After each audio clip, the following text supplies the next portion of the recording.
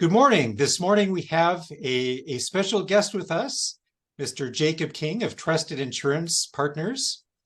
Mr. King has experience with many lines and forms of insurance, and he is willing this morning to share with us some insights about some things that might be of interest to families who are dealing with the loss of a loved one.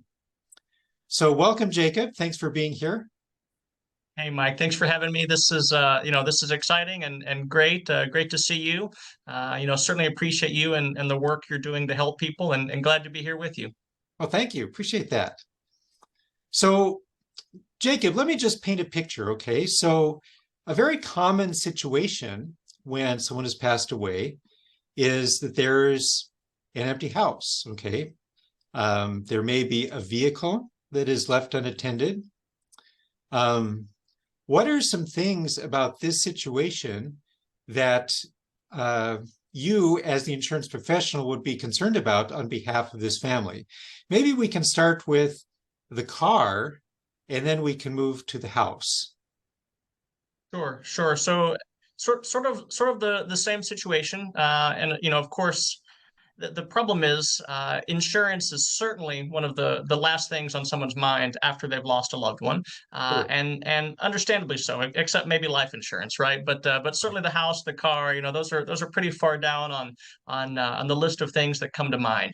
And every insurance company is a little different. Different policy forms and products can vary a little bit.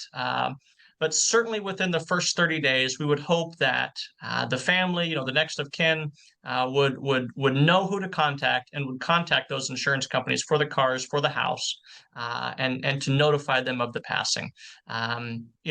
Especially on the house, two things come into play. You know, Different policies will only allow vacancy for so long. And would still cover certain events. So you certainly want that to be updated so that the policy coverages are not restricted in any way due to the vacancy.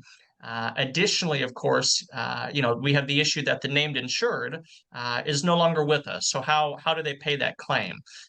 You'd want to work with an insurance professional to get something set up in either the estate of, or sometimes people have things set up to go into a trust, to where the trust is named, so on and so on, so that in the event that there was a claim, one, it's covered, and number two, the claim check is cashable, right? We can actually do something with that payment. But to your point, there are different concerns as far as the different risks that present when it is a vacant home. Vandalism comes to mind, and you want to be sure that is addressed. The possibility of a squatter situation has come up before, and all of those things, are so far, rightfully, so far out of our minds when we've lost a loved Yeah. one. But we don't want to drop the ball, right? All of these things need to be addressed, and a good insurance professional can help you do that. So from what you're saying, if there is a situation where there's vandalism or even things we would normally think of as an insurance claim, there's damage to the home. If the home has been sitting vacant for longer than an expected period of time, as prescribed in the existing insurance contract, it might not be covered, and the family would be liable for those to pay for those repairs themselves. Is that basically what you're saying? That's right. That's right. A very common cause of loss where you can run into problems is a water issue, right? For sure. Because ostensibly there hasn't been anyone there to notice the leak, for example. So we definitely want, we don't want to just be laissez-faire with this. This is important. It does need to be addressed quickly, and when at all possible, do it in writing. Okay, very good. And is there a similar situation for a car? Yeah. Cars can be a little different. Frequently, you're dealing with a situation where maybe it's just sitting in the garage. Right. A major misconception that I see on that front is people sometimes think that if the car's in the garage, then it's considered contents of the home, and that maybe the homeowner's policy can cover that, but that's not the case. So you want to be sure that if you're concerned about physical damage, to the vehicle, that your comprehensive coverage is listed on the auto policy with a deductible that you're comfortable with. And the major issue there would be fire, theft, for example. If it's parked on the street, weather losses.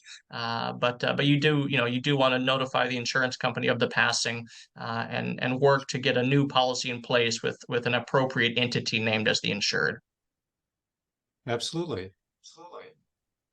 Great questions, Mike. Great questions. Well, Jacob, thank you for this insight. It's very helpful to talk to someone who's dealt with these kinds of things before, because when we're in this situation, most of us have not been in that situation before. So thank you for sharing your insights with us this morning. Thank you, Mike. Glad to see you. Right. Take care.